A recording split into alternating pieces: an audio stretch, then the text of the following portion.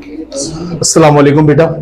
आज हम स्टार्ट करेंगे साउंड टॉपिक हम पढ़ रहे हैं और साउंड के टॉपिक्स में हम 3 लेक्चर रिकॉर्ड करेंगे। 2 ऑलरेडी कर चुके हैं, ठीक है, तो मेरे ख्याल है अब 4 हो जाएगा। ठीक है, आज मैं चाह रहा हूं कि हम प्रैक्टिस भी करें एमसीक्यू। इसके अंदर हमारे पास एक सवाल हमने एक वीडियो हमने रिकॉर्ड किया, फ्रीक्वेंसी ऑफ स्ट्रेच स्ट्रिंग और ऑर्गन पाइप को डिस्कस किया था।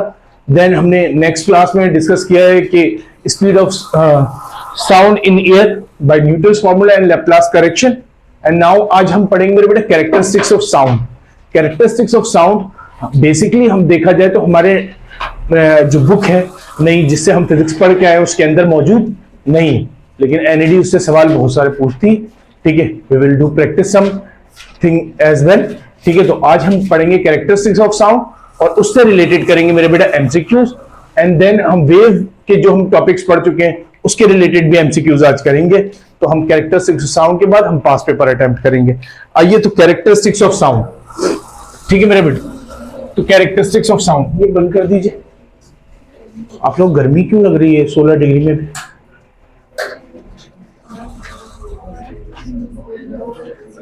जीरो करें, ओके चलो। कैरेक्टरिस्टिक्स ऑफ साउंड,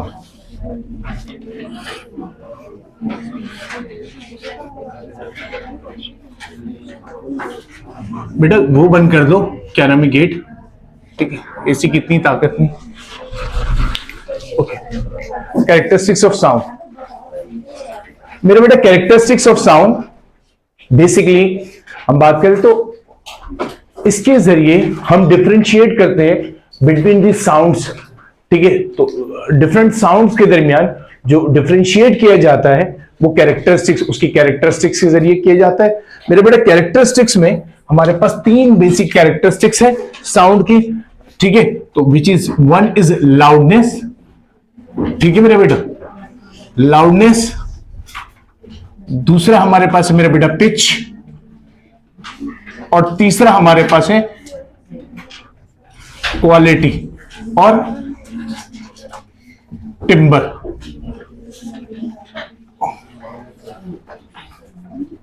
ओके, तो these are the characteristics of sound and by which we can differentiate the different sounds, कि हमारे पास कैसे डिफरेंट साउंड्स प्रोड्यूस होते हैं। ठीक है, और डिफरेंट साउंड में हम कैसे डिफरेंशिएट कर सकते हैं इनके जरिए।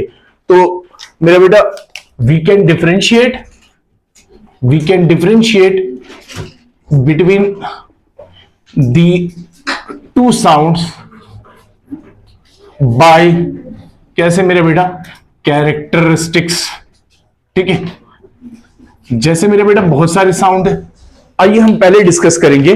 बहुत सारे हमारे पास क्वालिटीज है, कैरेक्टरिस्टिक्स है जो हमारे पास, जिसके जरिए हम साउंड को डिफरेंशिएट करते हैं। फर्स्ट मेरा बेटा कैरेक्टरिस्टिक्स है, दैट इज लाउडनेस। ठीक है, नंबर 1 लाउडनेस। अच्छा मेरा बेटा, लाउडनेस बेसिकली क्या है कि 2 साउंड हो और 2 साउंड के दरमियान अगर सेम सोर्स से भी प्रोड्यूस हो रहा है और उनके दरमियान हमारे पास जो एम्पलीट्यूड है उसका डिफरेंशिएट हो, तो वी कैन डिफरेंशिएट कि हमारे पास किसका एम्पलीट्यूड ज्यादा है, किसका एम्पलीट्यूड कम है। ठीक है ना, तो 2 साउंड सेम इंस्ट्रूमेंट से, सेम सोर्स से आए, लेकिन डिफरेंस इन देयर एम्पलीट्यूड हो, तो वी कैन से दैट कि वो क्या है मेरे बेटा, उनके दरमियान किसका डिफरेंस है, लाउडनेस का। लेट सपोज करो मेरे बेटा, अब तुम क्या कर रहे हो कि कोई भी काम कर रहे हैं, आपको अम्मी ने बोल दिया छोटा सा काम, अब एक तरीके से बोला बेटा ला दो, है ना, तो अब तुम्हारा ढीलापन है, सही, अम्मी बोल रही है अभी ला देंगे। अब एक दफा अम्मी ने बोला लाओ, फिर आएगा, है ना, तो दोनों में बंदा सेम है, सोर्स सेम है, डिफरेंशिएट किसका है मेरा बेटा, नहीं, साउंड का डिफरेंशिएट नहीं है, एम्पलीट्यूड का डिफरेंस है। ठीक है, तो इसका मतलब ये है कि एम्पलीट्यूड का डिफरेंस होगा। वी कैन, अब तुम आंख बंद, तुम टीवी की तरफ देख रहे हो तुम्हें पता चल जाएगा अभी लाना है, वरना तो चप्पल आने वाले। ओके, तो हमारे पास ये डिफरेंस होता है मेरा बेटा लाउडनेस का, कि एम्पलीट्यूड के जरिए we can differentiate the 2 sounds, कि हमारे पास एक ही इंस्ट्रूमेंट से आ रहा है और उनके दरमियान जो डिफरेंस इन एम्पलीट्यूड है that shows the loudness. Okay, तो आइए two sounds, a characteristics of sound, characteristics of sound by which produce by same instrument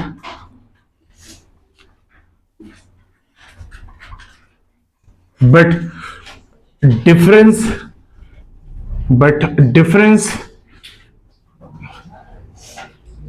in their level। ठीक है मेरा बेटा, और amplitude, difference in their amplitude. मेरा बेटा अगर दो साउंड में एम्पलीट्यूड का डिफरेंस है तो इसका मतलब दो डिफरेंट क्वालिटी तुम्हें सुनाई देंगी। ओके, तो चाहे वो सेम इंस्ट्रूमेंट से बजा रहा हो तो we can differentiate the loudness. Okay, तो मेरा बेटा एम्पलीट्यूड क्यों कह रहे हैं? लेट सपोज करो अगर हमारे पास एक ऑब्जेक्ट है तो मेरा बेटा जो लाउडनेस बेसिकली डिपेंड करती है, क्योंकि याद करो साउंड कैसे प्रोड्यूस होता है, sound always produce by the vibration of the body. ठीक है ना, आप जब भी कोई ऑब्जेक्ट वाइब्रेट करता है इट प्रोड्यूसेस साउंड। तो मेरे बेटा साउंड प्रोड्यूस होता है, तो साउंड जब ऑब्जेक्ट वाइब्रेट करेगा, वाइब्रेटरी मोशन है, जैसे हमने ट्यूनिंग फॉर्क देखा होगा शायद प्रैक्टिकल में, तो मेरे बेटा जब हम उसको मारते हैं तो अब मेरा बेटा ट्यूनिंग फॉर्क है और अगर वो हमारे पास ट्यूनिंग फॉर्क को हल्का सा मारा तो वो वाइब्रेट करेगा, लेकिन जोर से मारा तो ज्यादा वाइब्रेट करेगा। मेरे बेटा ज्यादा वाइब्रेट नहीं करेगा, ज्यादा एम्पलीट्यूड पे वाइब्रेट करेगा। तो इसका मतलब ये हुआ उसका एम्पलीट्यूड ऑफ वाइब्रेशन क्या हो गया, बढ़ गया जब आपने जोर से हिट किया। तो इसका मतलब है जो ऑब्जेक्ट ज्यादा एम्पलीट्यूड पे वाइब्रेट करेगा उसकी लाउडनेस भी क्या होगी मेरा बेटा, ज्यादा होगी। तो इसका मतलब ये हुआ कि जिसका एम्पलीट्यूड ऑफ वाइब्रेशन हाई होता है उसमें लाउडनेस भी क्या होती है मेरा बेटा, हाई होती।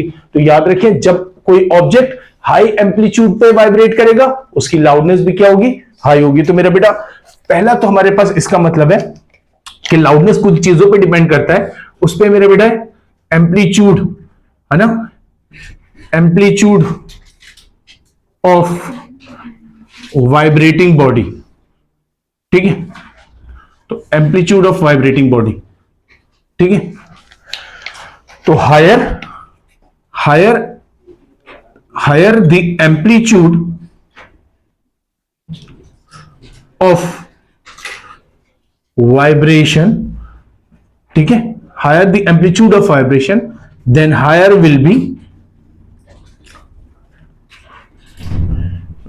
Will be loudness.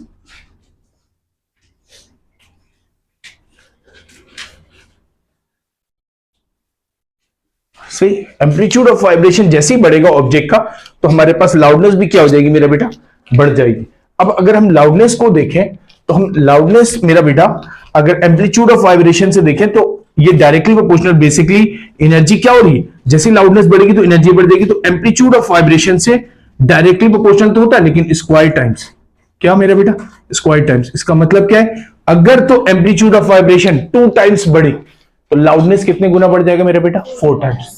सही, और अगर हमारे पास एम्पलीट्यूड ऑफ वाइब्रेशन 4 टाइम्स बढ़ी तो वाइब्रेशन बढ़ जाएगी मेरे बेटा, सॉरी हमारे पास लाउडनेस बढ़ जाएगा 16 टाइम्स।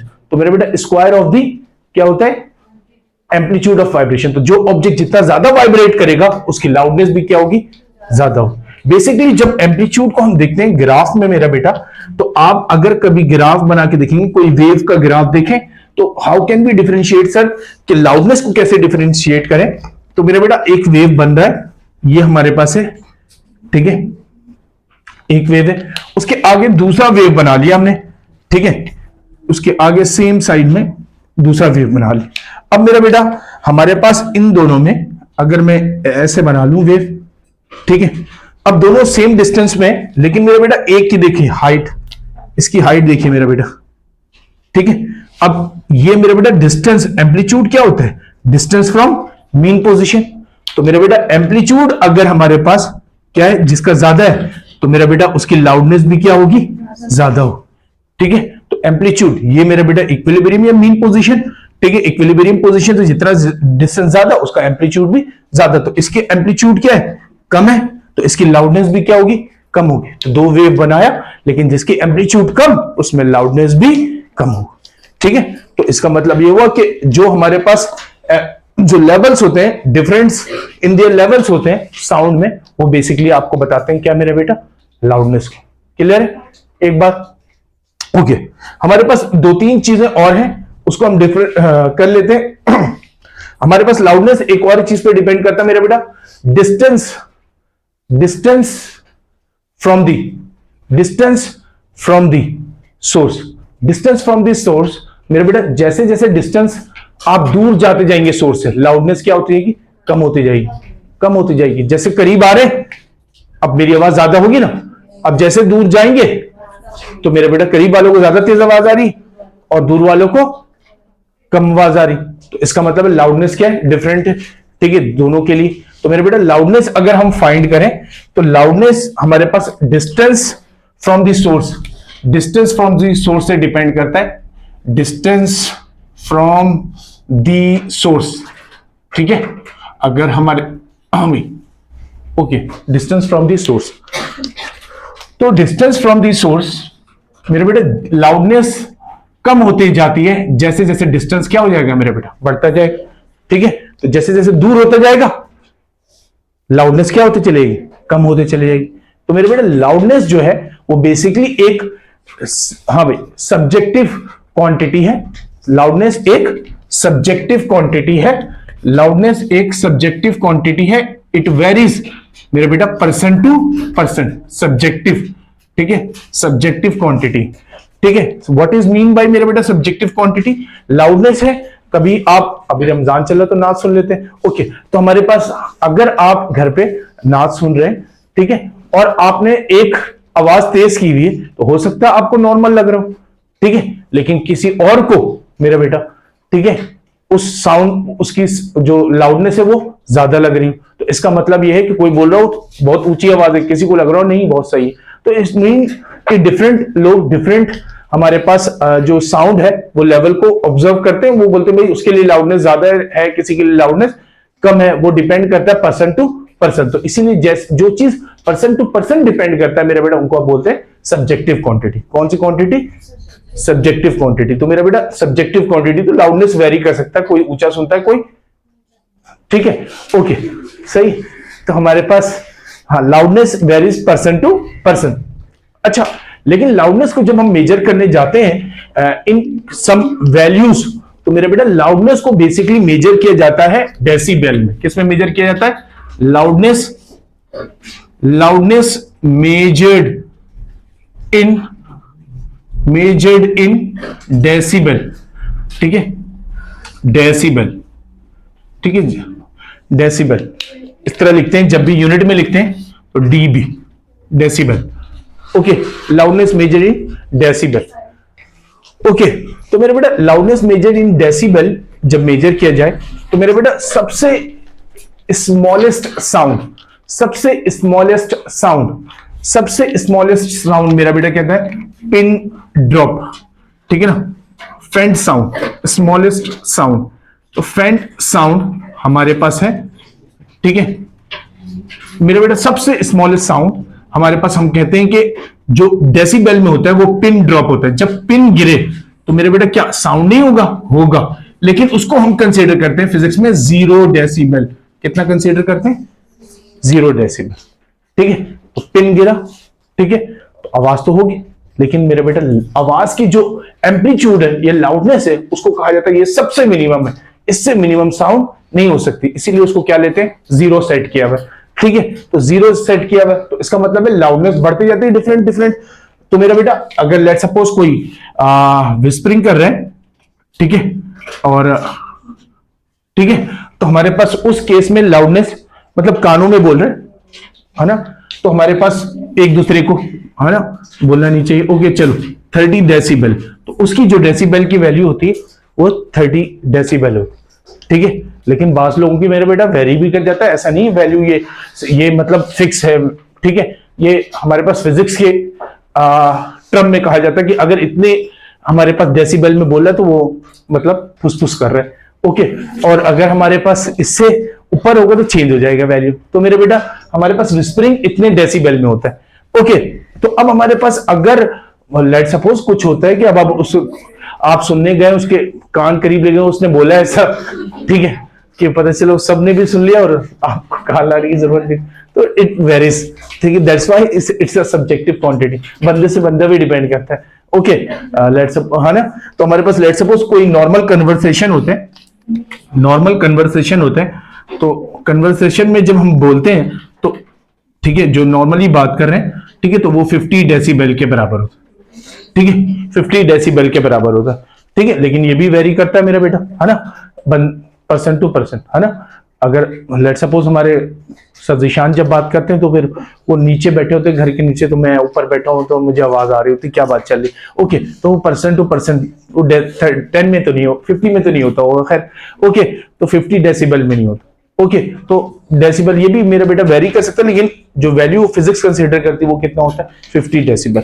अगर कोई जेट जहाज की आवाज जब उधरती मेरे बेटे तो वो होता है 140 डेसिबल, ठीक है, 140 डेसिबल, ठीक है, याद रखें, और 140 डेसिबल। और हमारे पास मेरा बेटा कभी भी लाउडनेस, अगर कभी भी लाउडनेस मेरा बेटा इंक्रीज कर गई, किससे मेरा बेटा, 120 डेसिबल से, याद रखिए 120 डेसिबल, ठीक है, कभी भी लाउडनेस इंक्रीज कर गई 120 डेसिबल से, तो ये मेरा बेटा कंसीडर किया जाता है नॉइज। क्या कंसीडर किया जाता है, तो अब जेट की आवाज मजे लेके नहीं सुन सकते, समझ रहे, ठीक है, तो मजे लेके नहीं सुन सकते, ठीक है, वो नॉइज है, जो चीज ज्यादा देर तक नहीं सुन पाओगे, इरिटेट हो जाओगे, इट मींस इट्स अ, हमारे पास क्या मेरा बेटा, नॉइज है, कि आप सुन नहीं पा रहे, ठीक है, तो इसका मतलब प्लेजेंट इफेक्ट नहीं आ रहा, गाना हमारे पास प्लेजेंट इफेक्ट क्रिएट करता है, हम आगे देखेंगे।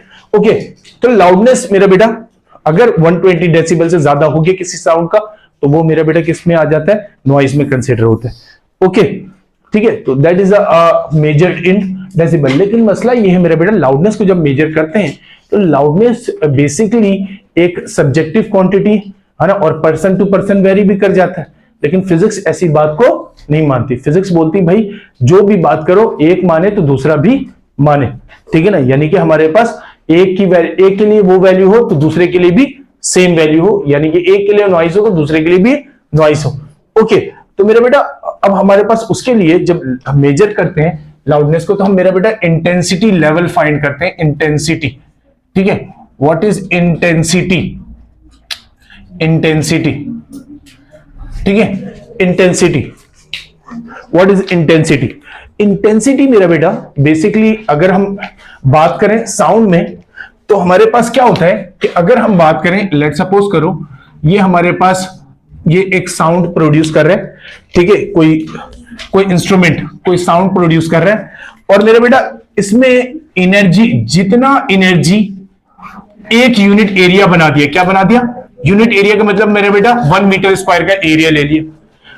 अब मेरा बेटा ये जो साउंड एनर्जी है, साउंड एनर्जी जब इस एरिया से 1 मीटर स्क्वायर एरिया से जितनी एनर्जी 1 सेकेंड के अंदर पास होगी, दोबारा बोल रहा हूं, साउंड एनर्जी इस 1 मीटर स्क्वायर एरिया से 1 सेकेंड के अंदर, 1 मीटर स्क्वायर एरिया से 1 सेकेंड के अंदर, 1 सेकेंड के अंदर जितनी एनर्जी इसके अंदर से पास होगी, जितनी एनर्जी इससे पास होगी, दैट एनर्जी is called मेरा बेटा intensity. The energy, the amount of energy passed through unit area in 1 second is called intensity.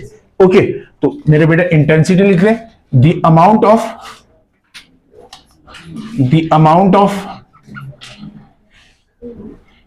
energy passed through, हाँ मेरे बेटे, यूनिट एरिया इन, कहा मेरा बेटा, in one second. Okay, in 1 second is called intensity, ठीक है। तो intensity मेरा बेटा बेसिकली अगर हम देखें तो इंटेंसिटी क्या बनना चाहिए, सॉरी, इंटेंसिटी क्या बनना चाहिए, हाँ मेरा बेटा E divide by A into divide by T, that is the intensity. The amount of energy in unit area in 1 second is called intensity. ठीक है मेरा बेटा, तो इंटेंसिटी की अगर यूनिट निकालें तो इंटेंसिटी की यूनिट क्या होनी चाहिए मेरा बेटा, ठीक है। इंटेंसिटी, एनर्जी की यूनिट मेरा बेटा जूल, एरिया की unit metre square, divide by time की यूनिट जूल पर सेकंड मेरा बेटा किसके बराबर, वॉट, किसके बराबर, वॉट पर मीटर स्क्वायर, ठीक है, watt per metre square, joule per second equal to मेरा बेटा वॉट, तो watt per metre square, that is intensity. Clear है मेरा बेटा यहां पर।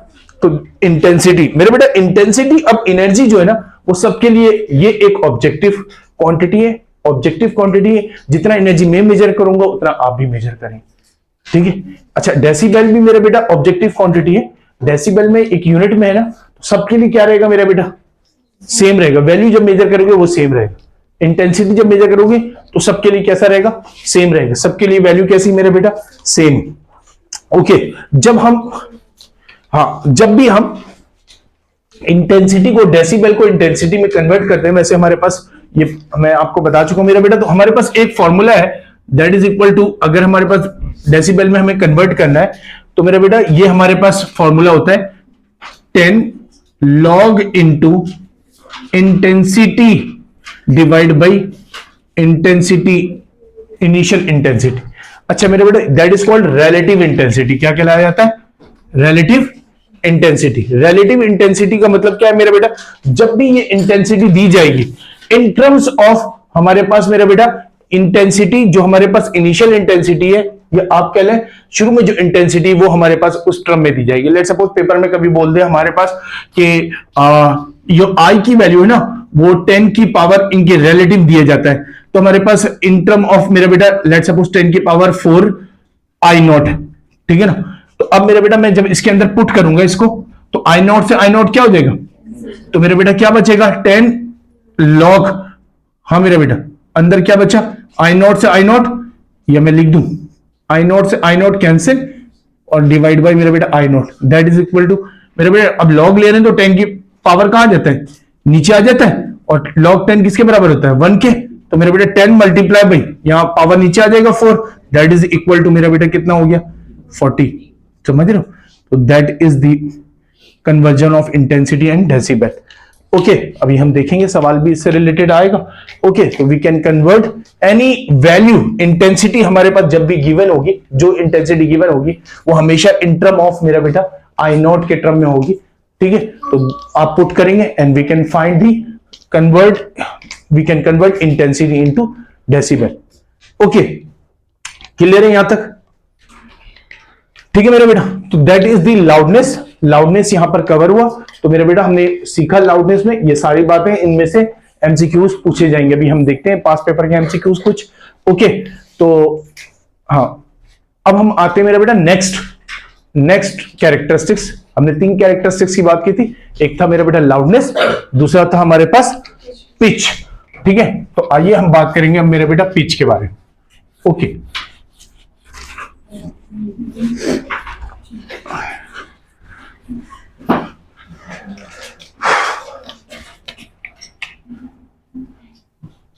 पिच। अच्छा मेरा बेटा, पिच जो है 2 साउंड में हम डिफरेंशिएट करें, 2 साउंड डिफरेंशिएट हो, ठीक है, अगर उनका लाउडनेस सेम है, सेम इंस्ट्रूमेंट से भी आ रहा है, ठीक है, लेकिन उनके दरमियान क्या हो डिफरेंस मेरा बेटा, फ्रीक्वेंसी का। किसका डिफरेंस हो, फ्रीक्वेंसी का। लेट सपोज मेरा बेटा हमारे पास एक, हाँ अगर मैं लेट सपोज बात करूं, तो अगर हम बात करें कि एक आंख बंद कर लूं, ठीक है, और आंख बंद कर लें और कोई लड़की बोले तो मैं पहचान लूंगा गर्ल्स की आवाज, हाँ अगर कोई बॉय बोले तो मैं पहचान लूंगा, हाँ सम टाइम किसी किसी की ऐसी आवाज होती, ओके ठीक है, तो वो अलग बात है कि वी कांट डिफरेंशिएट, मगर वो सम टाइम एक्सेप्शनल केस है। लेकिन हमारे पास नॉर्मली, ठीक है, मैं वैसे ही बोल रहा हूँ, ओके, तो हमारे पास नॉर्मली क्या होता है, we can differentiate, how can we differentiate between 2 sounds, ठीक है ना। तो ऐसा कौन सी कैरेक्टरिस्टिक्स है कि तुम एक बॉय, एक मैन और एक वुमेन के साउंड में डिफरेंशिएट कर सकते हो। साउंड जब हम देखते हैं, वुमेन्स की आवाज जो होती है वो श्रिल होती है, बारीक होती है, ठीक है, एंड जो मेंस की आवाज होती है वो ग्रेव होती है, ठीक है, ब्राउड होती है, ठीक है, साउंड। तो उन दोनों में सिर्फ डिफरेंस किसका है मेरा बेटा, शायद दोनों सेम एम्पलीट्यूड में बोले तो एम्पलीट्यूड सेम रहे, लाउडनेस सेम रहे, लेकिन फिर भी गर्ल्स की आवाज अलग होगी, बॉयज की अलग आवाज होगी। ओके मेरे बेटा, इसकी वजह क्या होगी? That is a difference in frequency. तो अगर हमारे पास दो साउंड हो और अगर दोनों की लाउडनेस सेम हो लेकिन दोनों के दरमियान क्या चीज का डिफरेंस हो मेरा बेटा? फ्रीक्वेंसी। तो basically pitch defines the difference in frequency, कि अगर दो साउंड में डिफरेंशिएट कर पा रहे हो लेकिन उनके फ्रीक्वेंसी के बेसिस पे, तो इसका मतलब यह है मेरा बेटा कि वो किस कैरेक्टरिस्टिक्स को बता रहा है? पिच को। किसको बता रहा है? पिच को। तो मेरे बेटा समझ गए? समझ आया कुछ? ओके, तो हमारे पास लेट सपोज करो, है ना, एक होता है हमारे पास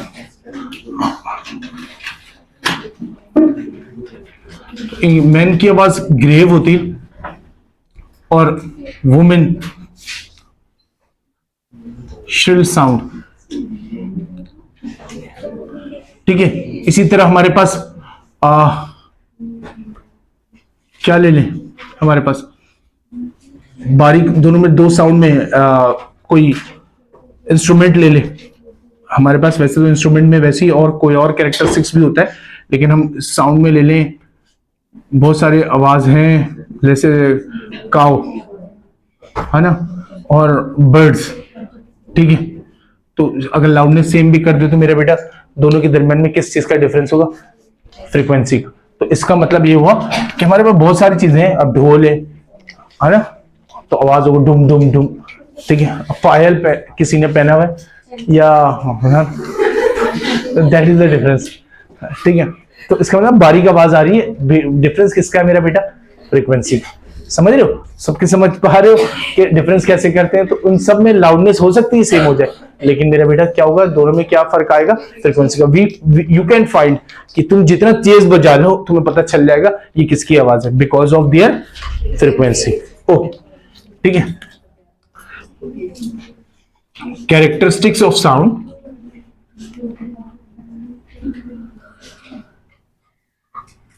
having same loudness, but they can differentiate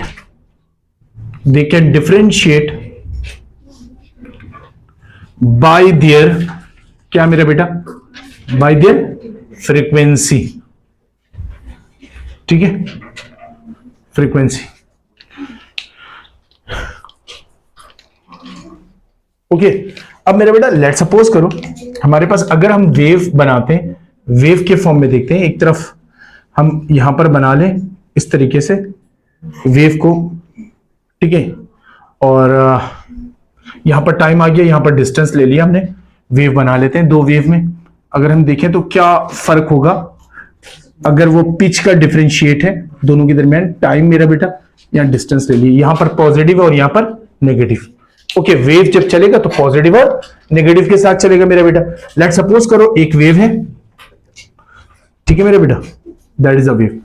okay, अगर हम इसकी हाइट ले लें, ठीक है, तो अब मेरा बेटा यहां पर देखिए अगर मैं दूसरा वेव बनाऊं तो मेरा बेटा ये,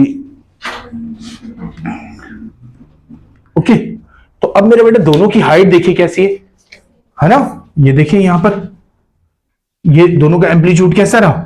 सेम रहा। लेट सपोज इसका एम्पलीट्यूड 10 सेंटीमीटर है, डिस्टेंस यहां पर भी 10 सेंटीमीटर है, तो दोनों का लाउडनेस कैसा हो गया मेरे बेटा? क्योंकि एम्पलीट्यूड कैसा है? सेम है। लेकिन मेरे बेटे दोनों में फर्क ये है कि इसमें इसी डिस्टेंस के अंदर कितना वेव बन रहा? एक, और इसमें इसी डिस्टेंस के अंदर कितना वेव बन रहा? दो। तो the number of wave passing through a point in 1 second is called frequency.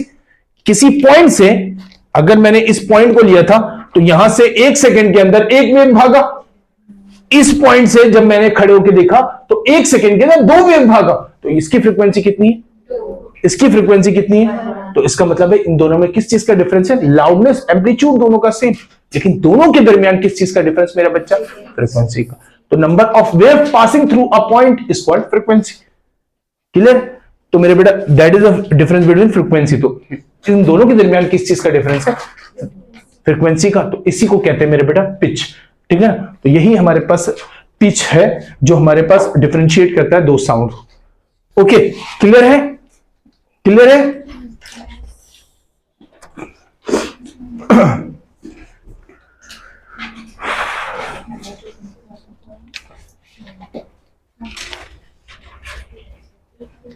आते हैं मेरा बेटा आखिरी साउंड के आखिरी क्वालिटी जो हमारे पास है। ये फ्रीक्वेंसी की डेफिनेशन तो पता है ना सबको? हाँ भाई, number of wave passing through a point wave के लिए, है ना, इन कितने सेकंड में मेरा बेटा? इन 1 सेकेंड। किसी पॉइंट से 1 सेकंड में जितने नंबर ऑफ वेव भागे उसको मेरा बेटा बोलते हैं फ्रीक्वेंसी। तो जितना ज्यादा वेव चलेगा मेरा बेटा उतनी ज्यादा क्या होगी? फ्रीक्वेंसी हो। ओके, डन, क्लियर मेरे बेटा? आखिरी हमारे पास कैरेक्टरिस्टिक्स है, ठीक है? ओके, दैट इज क्वालिटी और टिम्बर।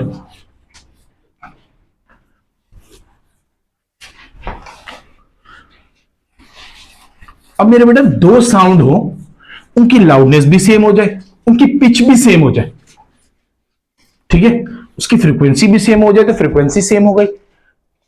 अब लाउडनेस भी सेम है, फ्रीक्वेंसी भी सेम है, लेकिन डिफरेंशिएट कर रहा हूं मेरा बेटा दोनों अपने वेव फॉर्म में। किस फॉर्म में? Wave form. लेट सपोज करो हमारे पास क्वालिटी मेरा बेटा किसको बताता है? क्वालिटी और timber. Okay,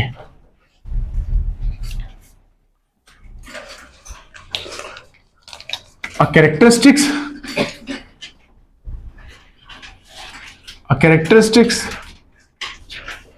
by which we can differentiate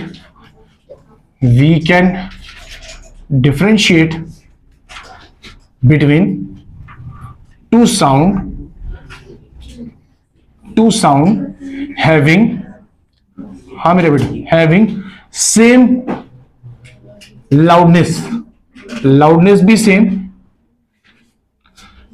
and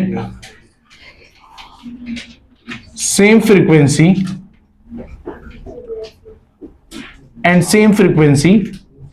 but difference in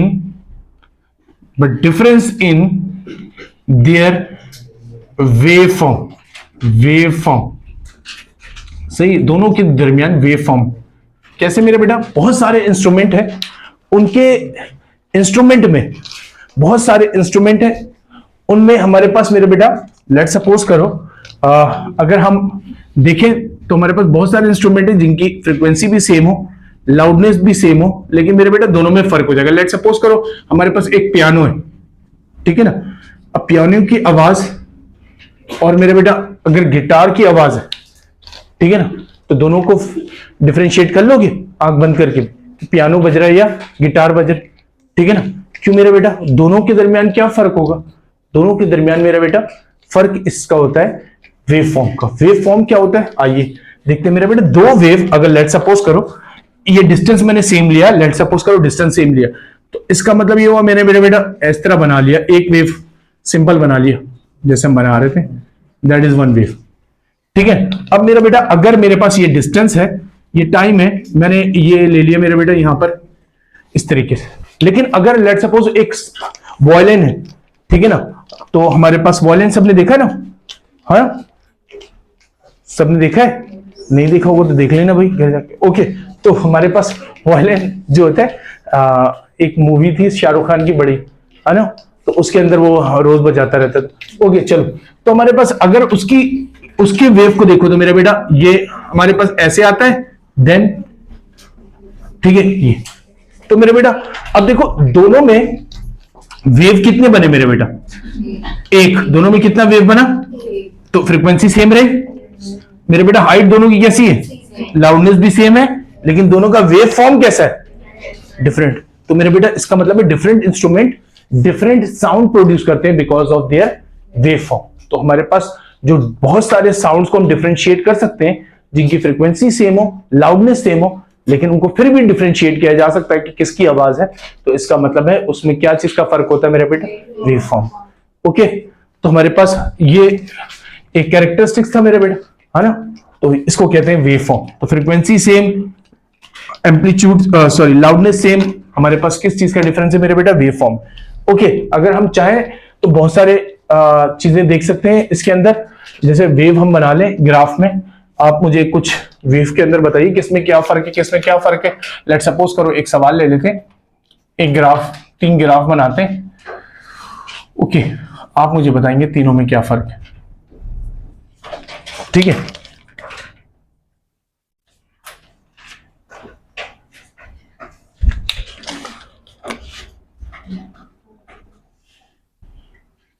ये ए हो गया मेरा बेटा, आज इसको देख लेते हैं बी।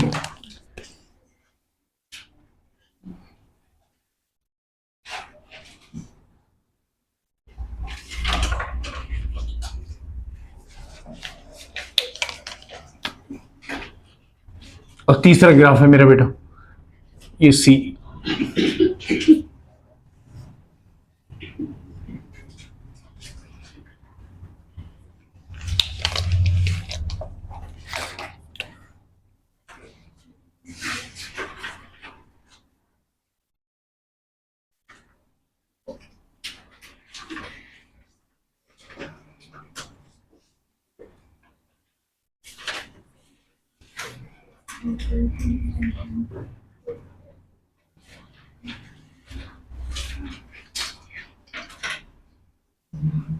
ओके, चलिए अब मेरा बेटा बताइए। हाँ भाई, ओके, तो मेरे बेटा ये देखिए इन दोनों की हाइट कैसी है, तो इसका मतलब इन दोनों के दरमियान क्या चीज सेम है मेरे बेटा? लाउडनेस दोनों का सेम है, सही। लेकिन क्या डिफरेंट है इन दोनों में? फ्रीक्वेंसी। तो इसका मतलब क्या डिफरेंट है? पिच का डिफरेंस। ओके, ठीक है, हाँ भाई, ओके, क्लियर है। अच्छा, अब यहां पर आते हैं, इन दोनों में ये हमने किसके दरमियान देखा? ए एंड बी के दरमियान। ओके, अब हम आते हैं बी और सी के दरमियान में, ये सी है, ठीक है, बी एंड सी। हाँ भाई बताइए क्या फर्क है? हाँ भाई, हाँ भाई, दोनों में इसमें कितने वेव बने? 2 है? नहीं, यहां तक 1, 2 और 2.5। यहां पर देखिए कितने? 1, 2 वेव है, तो फ्रीक्वेंसी सेम है? नो। तो किस चीज का डिफरेंस है? पिच का तो डिफरेंस है, और है ना, पिच का डिफरेंस है, और किसका? वेव फॉर्म यानी कि क्वालिटी का डिफरेंस है ना, वेव फॉर्म। और मेरा बेटा एम्पलीट्यूड का डिफरेंस है क्या? ये पता नहीं चलेगा सर, साथ साथ बनाने चाहिए थे, ये लेट सपोज कर लेते हैं यहां पर। ओके, तो मेरा बेटा एम्पलीट्यूड, लाउडनेस भी डिफरेंस है ना, लाउडनेस भी डिफरेंट, ठीक है। ओके, तो ये तीनों में इन चीजों का फर्क है। Okay, clear. तो मेरे बेटा जो हमारे पास, लेट सपोज करो ये 3 वेव हमने बनाए, ये वाला हमारे पास जो है ट्यूनिंग फॉर्क में जो हमारे पास है ना, ट्यूनिंग फॉर्क में जो साउंड प्रोड्यूस होता है इस तरह का वेव बनता है, सिंपल। ये मेरे बेटा वॉलिन में हमारे पास, और मेरे बेटा पियानो में, ठीक है।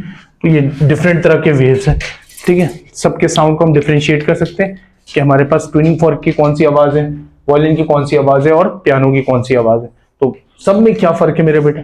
अगर हम सबको सेम हाइट पे लाउडनेस में बनाए तो मेरे बेटा तीनों में फर्क ये है कि हमारे पास तीनों का wave form difference, that's why तीनों में अलग अलग साउंड सुनाई देते हैं। Okay, clear. तो इसी तरह हमारे पास पियानो के अंदर भी मेरे बेटा लेट्स सपोज पियानो के अंदर 2 साउंड में डिफरेंशिएट करते हैं। बहुत सारे बटन्स होते हैं, एक होता है ना बूम, एक होता है, ठीक है। तो हमारे पास नीचे होता है साउंड, तो इसका मतलब है वहां पर जो 2 बटन्स के दरमियान फर्क है वो मेरा बेटा किसकी वजह से? फ्रीक्वेंसी। एक बारीक सी आवाज आती है, एक जगह मोटी सी आवाज आती है, ग्रेव साउंड आता है। तो उसमें क्या चीज का फर्क होता है मेरा बेटा? सेम इंस्ट्रूमेंट से आ रहा है, लेकिन उन दोनों में किस चीज का फर्क है? फ्रीक्वेंसी का। दैट्स वाई वहां पर क्या होता है, एक मोटी सी आवाज आएगी और एक बारीक सी आवाज आएगी। इसी तरह गिटार में आप देखेंगे नीचे वाला जो बारीक वाला होता है उसको जब प्लग करेंगे तो आवाज बहुत बारीक सी आएगी, है ना, और जब ऊपर वाले को प्लग करेंगे तो एक मोटी सी आवाज आएगी। तो मेरे बेटा है तो सेम इंस्ट्रूमेंट से आ रहे हैं, ठीक है ना, सेम जगह से आ रहे हैं, लेकिन सब में क्या फर्क है, उस दोनों में फर्क है फ्रीक्वेंसी। ओके, क्लियर है? ओके, चलिए मेरे बेटा, तो डिफरेंट इंस्ट्रूमेंट के दरमियान जो हम साउंड को डिफरेंशिएट करते हैं वो किसके जरिए, वेव फॉर्म के। क्लियर? ओके मेरे बेटा, एक आखिरी पार्ट साउंड में, ठीक है, कैरेक्टरिस्टिक्स ऑफ साउंड में हम देखते हैं बेसिकली म्यूजिक और नॉइस में क्या फर्क है, ठीक है ना। तो म्यूजिक और नॉइस में, म्यूजिक और नॉइस में, इन दोनों में क्या फर्क है, ठीक है मेरे बेटा। म्यूजिक और नॉइज में क्या फर्क है, म्यूजिक आप सुनते रहो, मजा आता रहे, ठीक है, लेकिन हमारे पास नॉइज ज्यादा देर नहीं सुन सकते। उन दोनों में डिफरेंस क्या है मेरे बेटा, लेट सपोज हमारे पास अगर म्यूजिक में वेव को देखते हैं हम, तो मेरे बेटा एक तो वेव को जब हम देखते हैं म्यूजिक में, तो हमारे पास क्या होता है, लेट सपोज किसी भी इंस्ट्रूमेंट की आवाज है, ठीक है, एक जैसा वेव बनेगा और रिपीटिंग होगा, एक जैसा वेव होगा, रिपीटिंग होगा। लेकिन नॉइज में जब जाओगे ना, तो मेरे बेटा एक तो हमारे पास नॉइज में लेट सपोज, है ना, कोई बच्चा रो रहा है, किसको मजा आता है, ओके नहीं आएगा, थोड़ा देर में थक जाओगे, ठीक है। तो इसका मतलब क्या होता है, उसकी एक तो वेव जो बनाएगा वो ऊपर से जाएगा और फिर नीचे आ जाएगा, है ना, और फिर ऊपर जाएगा और फिर, तो मेरे बेटा इररेगुलर पैटर्न में, अगर वेव इररेगुलर पैटर्न में आ रहा है, रेगुलर पैटर्न में आ रहा है, दैट इज म्यूजिक। और मेरे बेटा इररेगुलर पैटर्न में आ रहा है, कभी वो चिल्लाता है इतना जोर का, फिर नीचे आ जाता, फिर ओके, तो फिर हमारे पास क्या हो रहा है मेरे बेटा, वो नॉइज, ठीक है। तो नॉइज हमारे पास मेरा बेटा जो हम बेसिकली डेफिनेशन फिजिक्स में हम बोलते हैं कि जो आपको इरिटेशन क्रिएट करती है, that sound is called noise. और जो मेरे बेटा सेंसेशन क्रिएट करती है या आपको प्लेजेंट इफेक्ट देती है, तो उसको, उन साउंड्स को हम क्या कंसीडर करते हैं, म्यूजिक। ओके, द साउंड, ठीक है। तो मेरे बेटा इसमें किस चीज का हाँ भाई, gives pleasant effect, pleasant effect, ठीक है मेरे बेटा। इसके अंदर, हाँ मेरे बेटा,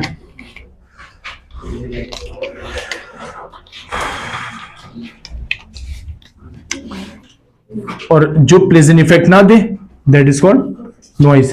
मेरे बेटा इसके अंदर क्या है, वेव कैसे रेगुलर है, हाँ मेरे बेटे यहां पर वेव कैसे इररेगुलर है, इररेगुलर है, सही।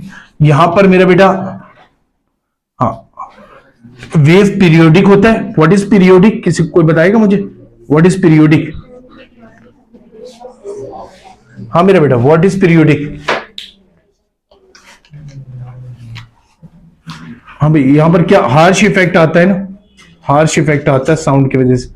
ओके, पीरियोडिक, हाँ मेरे बेटा, what is mean by periodic? Time के साथ क्या हो रहा, इक्वली रिपीट हो रहा, टाइम के साथ इक्वली रिपीट हो रहा, दैट इज कॉल्ड पीरियोडिक, ठीक है। और मेरे बेटा रेगुलर का मतलब है एक जैसे हमारे पास साउंड आ रहे हैं, ठीक है। इररेगुलर है, हार्श है, ठीक है, नॉन पीरियोडिक है, ठीक है। तो ये सारे के सारे मेरा बेटा किस में काउंट होते हैं, ये सारे के सारे नॉइज में काउंट होते हैं, ठीक है। तो sound which create harsh effect is called noise, ठीक है, और the sound which create pleasant effect is called music, ठीक है। साउंड वेव कैसे होता है, रेगुलर होता है, ठीक है। और हमारे पास कैसा होता है मेरे बेटा, पीरियोडिक होता है, इक्वली रिपीट हो रहा होता है। हमारे पास यहाँ पर नॉइज के अंदर कभी भी साउंड वेव रेगुलर नहीं होते, जो साउंड होता है वो रेगुलर नहीं होता उसका वेव। और मेरा बेटा नॉन पीरियोडिक होता है, मतलब कभी भी एक टाइम के बाद दोबारा देखोगे उसका पैटर्न एक जैसा नहीं हो, ठीक है। ओके, तो मेरे बेटा that is the difference in characteristics of sound. ये कंप्लीट हुआ टॉपिक यहाँ पर, ठीक है। तो ये एक बेसिक सा टॉपिक था, उसको हमने कवर कर लिया। आइए हम पहले देखते हैं, फिर हमारे पास एक टॉपिक रह जाएगा, डोपलर इफेक्ट। ओके बेटा, लैपटॉप ले, कैनेडी के पास पेपर से मेरे बेटा। हाँ भाई, लाउड, हाँ, amplitude is the property of, clear, किसी को कंफ्यूजन नहीं। अगला सवाल, loudness is the sound depends on,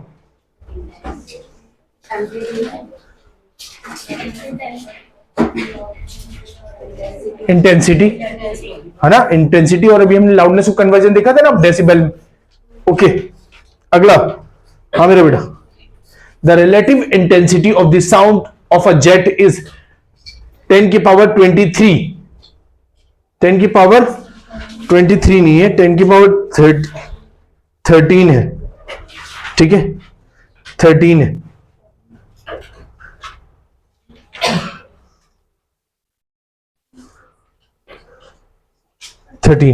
okay, the intensity in decibel will be कितने के बराबर होगा मेरा बेटा? हाँ भाई, डेसिबल में हमने अभी देखा ना 10 log की पावर मेरा बेटा 10। हमें क्या करना है, इसको आप इंटेंसिटी को डायरेक्ट ले लो, 10 की पावर 13, सही है, 13 ले लिया मेरा बेटा। ओके, ऊपर से कहा log से पावर नीचे आ गया, log 10 तो 1 हो जाता है, तो ये 13 नीचे आ गया तो कितना बन गया? ओके, 130। क्लियर है? देखो ये भी सवाल पूछा हुआ।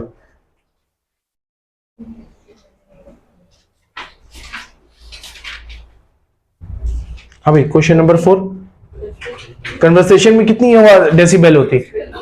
50, ठीक है। ओके, लोगों सारे सवाल के जवाब आ रहे हैं, इसका मतलब सही है, वो हम आगे बढ़ सकते हैं। ओके चलो, loudness depends on amplitude and vibrations. A and okay. चलो अगला, characteristics of sound helps in recognising the sounds. Different sounds को हेल्प करता है रिकॉग्नाइज करने में। एम्पलीट्यूड डिफरेंट साउंड्स को रिकॉग्नाइज करने में हेल्प करता है। क्वालिटी, क्वालिटी है, हमने अभी देखा था पियानो में और वायलिन में फर्क, ठीक है, सही। तो क्वालिटी शायद नीचे नजर आओ, बस ये सवाल है। ओके अगला सवाल। हाँ ये तो इससे सवाल था, भी हम आगे का सवाल भी जान नहीं छूट रहे। ओके चल, अब हम आते हैं वेव में मेरे बेटा, ठीक है। कुछ चीजें याद करवा लेते हैं आपको मेरे बेटा। फ्रीक्वेंसी, वो पुराने सवालात, सॉरी पुराने फॉर्मूला याद है ना। आइए हम डिफरेंट सवालात को यहां से अटेम्प्ट करते हैं वेव्स के रिलेटेड। ओके देखते हैं, आइए मेरे बेटा। Energy is not carried by transverse wave, longitudinal wave, stationary wave और इलेक्ट्रोमैग्नेटिक वेव। मेरे बेटा कौन एनर्जी को, अच्छा नजर नहीं आ रहा, ठीक है चलिए। हाँ मेरे बेटा, energy is not carried by, कौन सा वेव नहीं लेके जाता मेरे बेटा? जो स्टेशनरी हो, जो प्रोग्रेसिव हो वो तो ट्रांसफर करेगा। तो प्रोग्रेसिव वेव मेरे बेटा इनमें से कोई भी हो सकता है, लेकिन स्टेशनरी वेव तो मेरे बेटा अपनी जगह पे। दैट इज व्हाई हमारे पास stationary wave does not carry क्या मेरे बेटा? एनर्जी। ओके नीचे आते हैं क्वेश्चन। हाँ मेरे बेटा, इसको देखें, क्वेश्चन नंबर 4 सॉल्व कर सकते हैं। What does it means the wave to be coherent? Wave coherent कब होंगे? They have same amplitude and speed, they have difference frequency but travel together, they have constant phase difference, और मेरे बेटा have same frequency and they reflect and refract with same angle. नहीं मेरा बेटा, अब देखिए, अगर हमारे पास दो वेव के दरमियान कांस्टेंट फेज डिफरेंस है। फेज डिफरेंस क्या होता है, किसी को याद है? लास्ट टाइम बताया था फेज डिफरेंस। हाँ मेरे बेटा, अगर हमारे पास दो वेव, एक क्रस्ट के साथ मिल रहा है, ट्रफ के साथ मिल रहा है, that are called in phase, that is called. अब मेरे बेटा क्या हो? ओके इन फेज, ये कहलाता है मेरे बेटा इन फेज। लेकिन अगर एक वेव यहीं से स्टार्ट नहीं हुआ, थोड़ा दूर से स्टार्ट हो गया, यहां से स्टार्ट हो गया, ठीक है ना। अब इनके दरमियान डिफरेंस है, क्या है? इनके दरमियान फेज डिफरेंस है, ठीक है, फेज का डिफरेंस, ठीक है। तो फेज डिफरेंस है, अब वो कितना है वो तो हम बाद में देखेंगे। ओके, लेकिन अगर हमारे पास फेज डिफरेंस है और वो कांस्टेंट है, हर जगह सेम रह रहा है, हर जगह कैसा रह रहा है? सेम रह रहा है मेरे बेटा, और इनका सेम फ्रीक्वेंसी है, तो मेरे बेटा वो कहलाते हैं कोहेरेंट, ठीक है। तो फ्रीक्वेंसी सेम का मतलब क्या है? जितने नंबर ऑफ वेव यहां पर हो उतने वहां पर भी, लेकिन उनके दरमियान फेज डिफरेंस कैसा हो मेरे बेटा? कांस्टेंट। यहां पर जो डिफरेंस बन रहा हो दो क्रस्ट के दरमियान, दो ट्रफ के दरमियान, फिर यहां पर क्रस्ट के दरमियान, ट्रफ के दरमियान हर जगह कैसा रहा, सेम रहे डिस्टेंस। तो इसका मतलब मेरा बेटा फेज डिफरेंस कैसा है, सेम है। उन दो वेव्स को हम क्या बोलेंगे आपस में, कैसे, coherent. What is the formula for tension in string going in a stationary wave? इसमें से कौन सा फॉर्मूला टेंशन इन स्ट्रिंग का है? इनमें से कौन सा फॉर्मूला टेंशन इन स्ट्रिंग का है? हाँ मेरे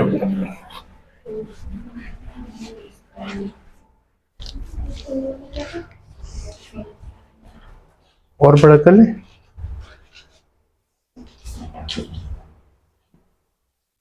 हाँ मेरे बेटे, कौन सा फॉर्मूला टेंशन इन स्ट्रिंग, अगर टेंशन इन स्ट्रिंग है और स्टेशनरी वेव के अंदर, इनमें से कौन सा फॉर्मूला हो? हाँ मेरे बेटा, सिंपल है ना, वेलोसिटी, वेव वेलोसिटी वाला फॉर्मूला बताओ ना। Under root T upon mu नहीं था, लीनियर डेंसिटी। हाँ पढ़ लिए ना, स्टेशनरी वेव पढ़ लिए। फ्रीक्वेंसी ऑफ स्ट्रेच स्ट्रिंग क्या हो गया, F1 is equal to 1/2L under root T by mu. हाँ, फ्रीक्वेंसी ऑफ स्ट्रेच स्ट्रिंग नहीं पढ़ा? मुझे याद आ रहा है F, हाँ भाई F2 F1 के बराबर ऑर्गन पाइप पढ़ा था, है ना? वाह वाह वाह, माशाल्लाह, तैयारी बहुत अच्छी है। चलो ओके, चले, सही है मेरा बेटा।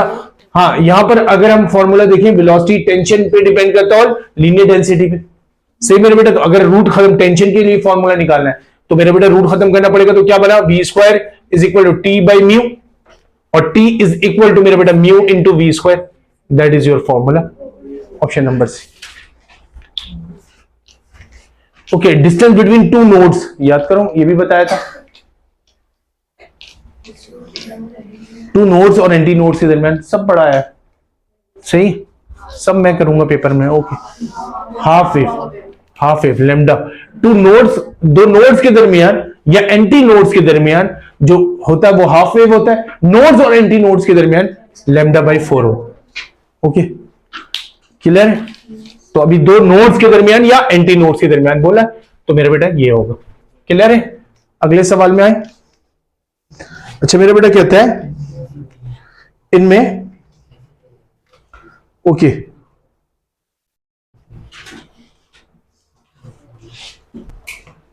हाँ भाई, attention, a string under the tension and length L vibrating in one segment. What should be new tension to be the string to vibrate two segment without changing frequency? Change frequency में ना हो लेकिन two segment में vibrate करे। तो मेरे बेटा याद है two segment में vibrate करे, फॉर्मूला, हाँ मेरा बेटा F1 इज इक्वल टू किसके बराबर होता था, 1/2L under root T by mu, सही है। और अगर टू सेगमेंट में वाइब्रेट करते तो यहां पर 2 आ जाता था मेरा बेटा 1/2L under root T by mu, है ना। और मेरा बेटा ये F1 के बराबर होता था, हम पुट कर देते तो F2 इज 2F1 हो जाता था। हाँ मेरा बेटा ऐसी था। ओके चलो, ये हमारे पास इसके बराबर है टी बाई म्यू। क्लियर? चलो, तो हमारे पास अब बोला है कि अगर फ्रीक्वेंसी सेम रखना है, फ्रीक्वेंसी कैसे रखना है, वो टू सेगमेंट में वाइब्रेट करे लेकिन फ्रीक्वेंसी F1 के बराबर हो। तो इसका मतलब टेंशन को कितना चेंज करना पड़ेगा। अब मेरे बेटा टेंशन को इसमें से कितना चेंज करना पड़ेगा, ये देखना ऑप्शन। मेरे बेटा इसका मतलब 2 ऊपर वाला क्या हो जाए, कैंसिल हो जाए, ये वाला 2 कैंसिल हो जाए। तो इसको 2 कैंसिल करने के नीचे भी क्या जाना चाहिए, 2। तो टेंशन में कितना होना चाहिए मेरे बेटा, टी बाई 4। अब 4 का रूट लोगे तो क्या आ जाएगा, समझ रहे हो। तो हमारे पास ये क्या होना चाहिए, टेंशन, ये कितना हो जाना चाहिए, हाँ भाई टी बाई, तो टेंशन टी बाई 4 होगा। तो मेरे बेटा ये नीचे लाओगे तो 4 रूट से बाहर आएगा तो मेरे बेटा कितना बन जाएगा, 1/2 बन जाएगा। 1/2L इज इक्वल टू मेरे बेटा टी बाई म्यू, दोबारा से अंदर बच गया तो हमारे पास 2 से 2 कैंसिल। तो टेंशन को कितना वेरी करना पड़ेगा मेरा बेटा, टी बाई 4। ओके, अब मुझे यहां पर ऑप्शन गलत लिखा तो मैंने करेक्ट किया है, ठीक है। पता नहीं पेपर में ही गलत है या सर की टाइपिंग में मिस्टेक है। ओके,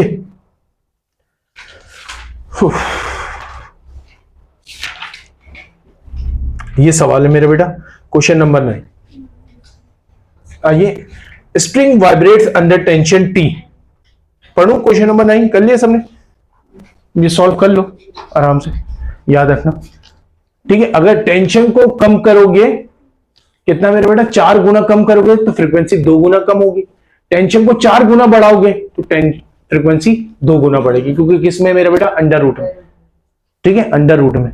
ठीक है, तो इसीलिए 4 गुना कम किया तो फ्रीक्वेंसी 2 गुना कम हो गई, 2 से 2 कैंसिल हो गया, जबकि 2 मोड में वाइब्रेट कर रहा है फिर भी उसकी फ्रीक्वेंसी सेम आ रही।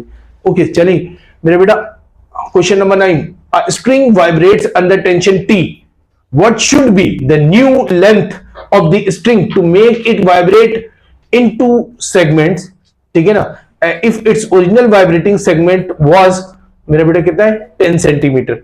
अब आपसे कहता है कि एक स्ट्रिंग है जिसकी अंडर टेंशन T है, तो what should be new length, अगर उसकी न्यू लेंथ क्या होनी चाहिए, to string make it vibrate in 2 segment, वो 2 सेगमेंट में ही वाइब्रेट करे।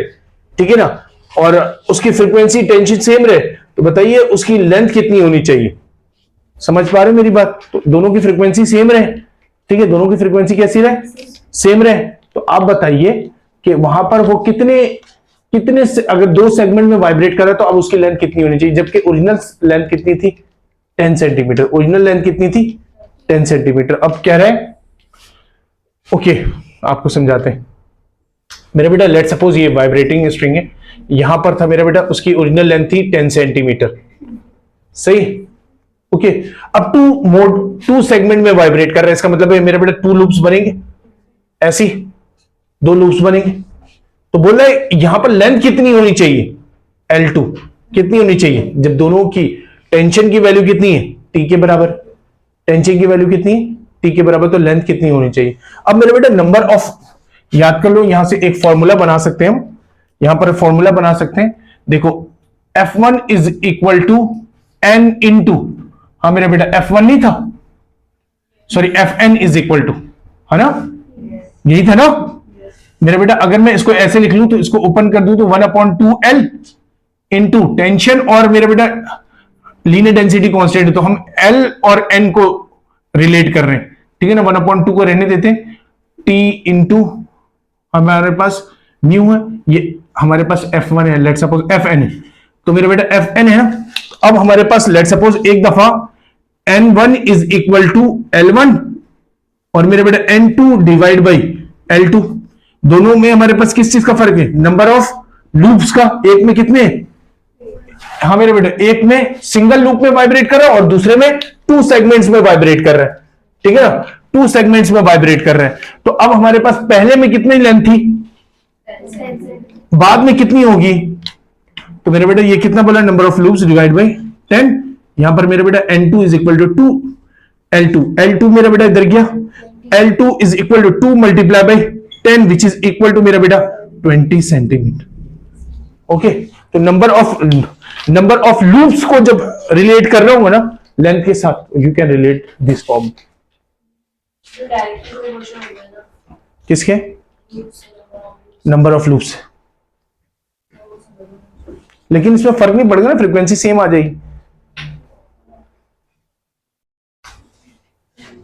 ठीक है, फ्रीक्वेंसी क्यों सेम आ जाएगी मेरा बेटा, है ना। अगर N1 होता या N1 होता तो कितनी लेंथ होती, 10 होता, और N2 होता तो लेंथ कितनी हो जाती, 20 होती। तो मेरे बेटा 2 से फिर भी क्या हो जाता, कैंसिल हो जाता, दोबारा से 10 ही आ जाता, कोई फर्क पड़ता। तो मेरे बेटा फ्रीक्वेंसी, वो कह रहा है फ्रीक्वेंसी सेम है, ठीक है ना, और टेंशन T है। तो आप बताइए, एक दफा वो 1 सेगमेंट में वाइब्रेट कर रहा है, दूसरी दफा 2 सेगमेंट में वाइब्रेट कर रहा है, तो ओरिजिनल लेंथ 10 सेंटीमीटर है, तो बताइए बाद में लेंथ कितनी होनी चाहिए। ठीक है, ताकि उनकी फ्रीक्वेंसी कैसी रहे, सेम रहे। तो हमने क्या किया, नंबर ऑफ सेगमेंट्स को रिलेट करवा दिया मेरे बेटा लेंथ के साथ। Okay clear. आइए मेरे बेटा, अकॉर्डिंग टू मैक्सवेल छोड़िए, अभी हम आगे चलते हैं, ये तो लाइट्स के बारे में, ठीक है ना। रिफ्रैक्टिव इंडेक्स कौन,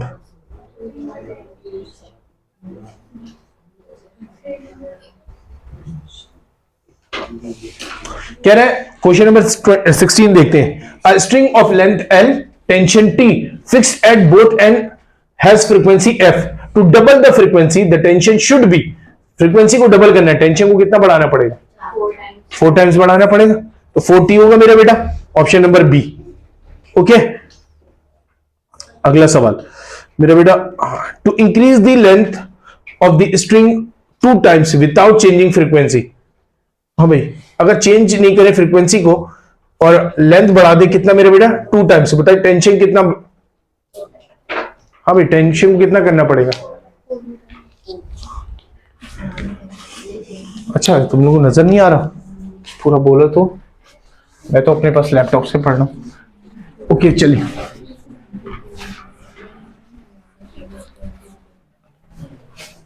चलिए आपसे क्या बोल रहा है मेरा बेटा? क्वेश्चन नंबर 18 पढ़ रहा हूं। To increase the length of the string 2 times, length बढ़ा दिया 2 गुना। लेंथ कहां बढ़ेगा मेरा बेटा? नीचे की तरफ।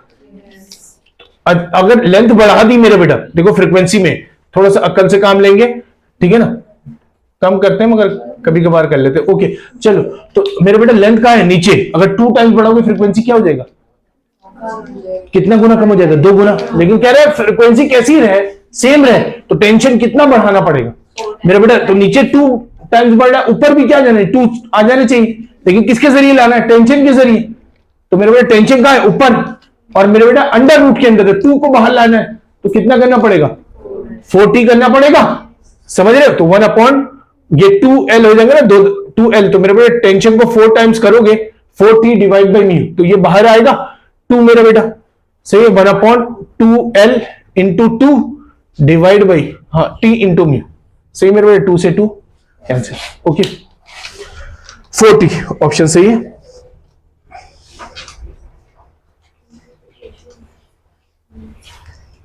फैक्टर अफेक्टिंग द स्पीड, हाँ। Which of the following has no effect? 21 question number. इनमें से कौन सी चीज है जो स्पीड ऑफ साउंड को इफेक्ट नहीं करती? डन है? याद है? लास्ट क्लास में हमने डिस्कस किया था, pressure have no effect. Okay चलिए अगला सवाल। हाँ भाई, क्वेश्चन नंबर 24 देख चुके हैं? Okay, question number 26। ओके हाँ भाई, ये आ चुका है ना? मैं अलग कर चुका हूं, ये भी अलग कर चुके हैं। ओके आते हैं। हाँ भाई 24, क्वेश्चन नंबर 34, सॉरी नहीं, पहले ऊपर से आते हैं। हाँ भाई, question number 32, the point where amplitude is 0 in a standing wave pattern is called. हाँ मेरे बेटा, जहां पर एम्पलीट्यूड कितना हो, तो मेरे बेटा उस स्टैंडिंग वेव के अंदर जब जिस पॉइंट पे एम्पलीट्यूड 0 होता है, उस पॉइंट को क्या बोलते हैं? नोड। बिल्कुल सही, तो इतना टाइम क्यों लगा रहे हैं? Okay, question number 34, the frequency the communication in water is done by. हाँ मेरे बेटा, radio wave, light wave, none और साउंड वेव। साउंड वेव मेरे बेटा, साउंड वेव ट्रेवल एक तो larger distance and higher speed, और दूसरा मेरे बेटा हमारे पास जो इलेक्ट्रोमैग्नेटिक वेव या हमारे पास रेडियो वेव है, ये एब्जॉर्ब हो जाती है पानी के अंदर। दैट्स वाई हमारे पास इसके जरिए हम कम्युनिकेशन नहीं करते, तो हमारे पास साउंड वेव सही ऑप्शन है। ओके अच्छा, the wavelength of 2 metre long string having 3 loops is in metre. ठीक है, तो 3 लूप्स में अगर वो वाइब्रेट कर रहा है और 2 मीटर उसकी लेंथ है, तो बताइए उसकी वेवलेंथ कितनी होगी? हाँ मेरे बेटे याद है, लास्ट क्लास में मैंने सवाल करवाए थे, जब मैंने इसको वैसे ही अपनी तरफ से करवाए थे। 3 लूप्स में ना, तो कितना होगा? Lambda by 2 plus lambda by 2 plus 3 loop का मतलब है 3 दफा हाफ इज इक्वल टू किसके बराबर होता था? एल के बराबर होता था। 4 होता तो मेरे बेटे 4 हो जाते, 2 होता तो ये 2 होते, 1 होता तो हाफ लैम्डा होता। समझ रहे हो? 1 लूप में कितना बनता है? हाफ लैम्डा बनता है ना। 1 लूप में कितना लैम्डा बनता है? हाफ। तो 3 लूप का मतलब है 3 हाफ, तो मेरे बेटा 3 दफा हाफ लैम्डा ले लिए। सही है, तो 3 lambda by 2 is equal to L, और मेरा बेटा lambda is equal to 2L divide by 3। L की वैल्यू दी है कितना मेरा बेटा? 2 metre divide by 3, 4 divide by 3 है ना, 3 प्लस 1 डिवाइड बाई 3, तो मेरा बेटा 1.33। That is your answer. 3 loops में वाइब्रेट कर रहा है, 3 लूप में वाइब्रेट कर रहा है, तो लैम्डा। अगला सवाल देखिए 37। हाँ भाई जल्दी जल्दी। हाँ सही ना? Distance between two adjacent anti node, हाँ भी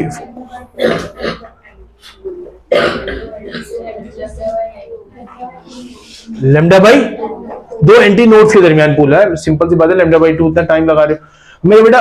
हमारे पास बोला the speed of wave is 1200 metre, speed कितनी मेरे बेटा, एंड प्रोड्यूस 40 साइकिल, मतलब 400 साइकिल पर सेकेंड। नंबर ऑफ वेव कितने प्रोड्यूस हो रहे हैं, 400 वेव्स प्रोड्यूस हो रहे हैं। तो मेरे बेटा इसका मतलब क्या है, 400 साइकिल पर सेकेंड। फ्रीक्वेंसी कितनी है, 400, स्पीड कितनी है, तो वेवलेंथ कितनी होगी, v is equal to F lambda, हाँ मेरे बेटा, lambda is equal to v upon F मेरे बेटा, 1200 divide by 400 which is equal to मेरे बेटा 2 0 से कैंसिल 3 मीटर।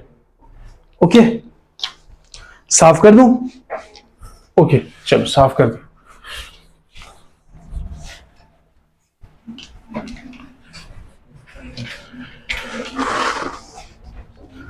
हाँ भाई अगला सवाल 42। Audible sound does not, audible sound wave do not cast shadow because of,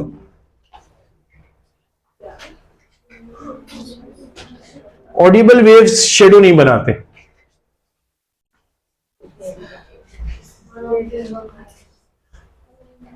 wavelength small होता है,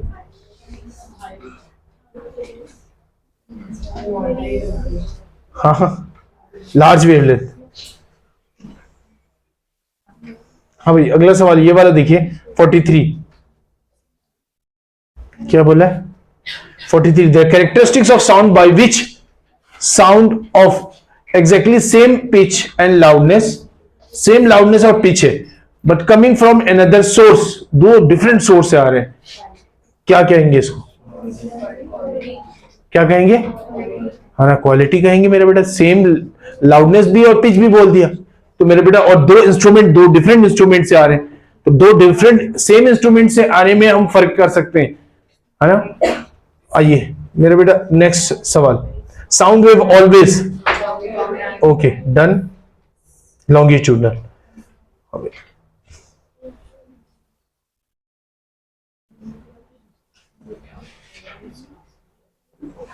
बेटा question number 48, which of the following transmitted by a wave, momentum energy, okay energy, हाँ मेरे बेटा what is the wavelength of light having frequency, इतनी frequency, light की frequency इतनी, तो बताइए वेवलेंथ कितनी होगी, लाइट की स्पीड पता है, हाँ मेरे बेटा c is equal to F lambda लेंगे, है ना, तो आपके पास लेमडा बताना है तो c अपॉन f मेरे बेटा, c की वैल्यू सबको पता होती है 10 की पावर 8 मेरे बेटा, लेमडा f कितना है 10 की पावर 15, तो मेरे बेटा वेवलेंथ निकाल लो 3 exponent minus, okay done.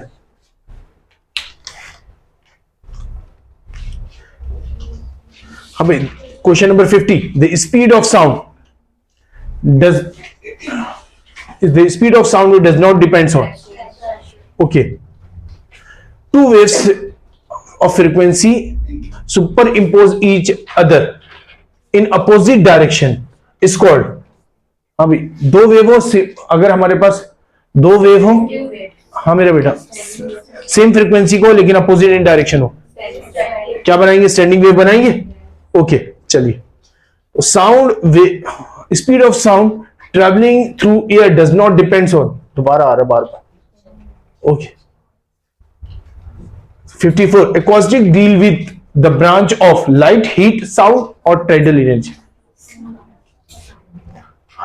okay sound। 56, the speed of sound is given by, the speed of sound is given by,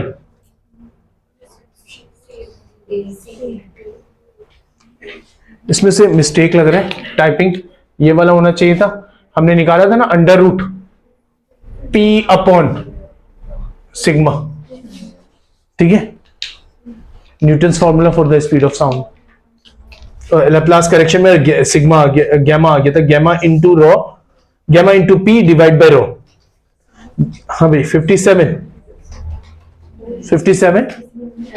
amplitude is the property of Loudness. Okay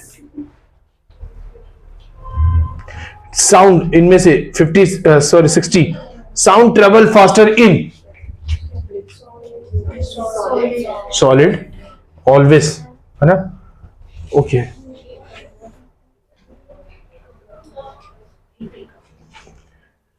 if the length of the open pipe is 50 centimeter the lowest frequency formed will be कहां पर कम से कम frequency बनती है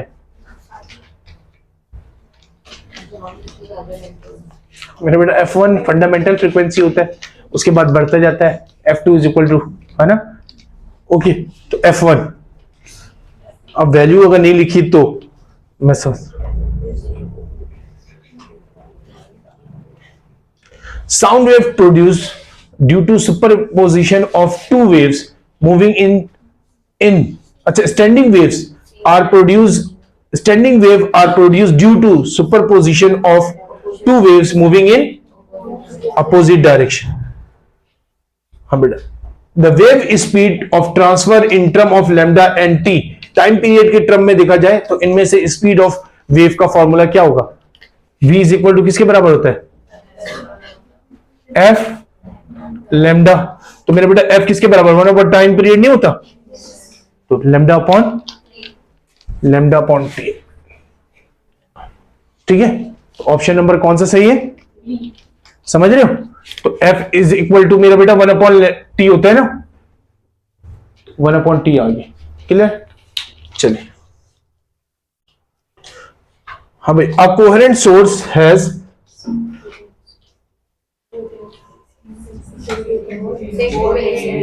A and B. Okay.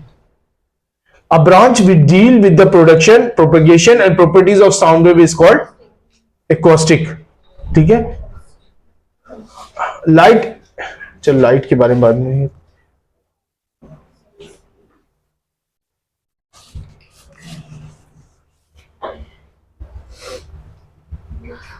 आखिरी सवाल 76 20 waves pass through a medium in 1 second with speed of 20 meter per second. The wavelength is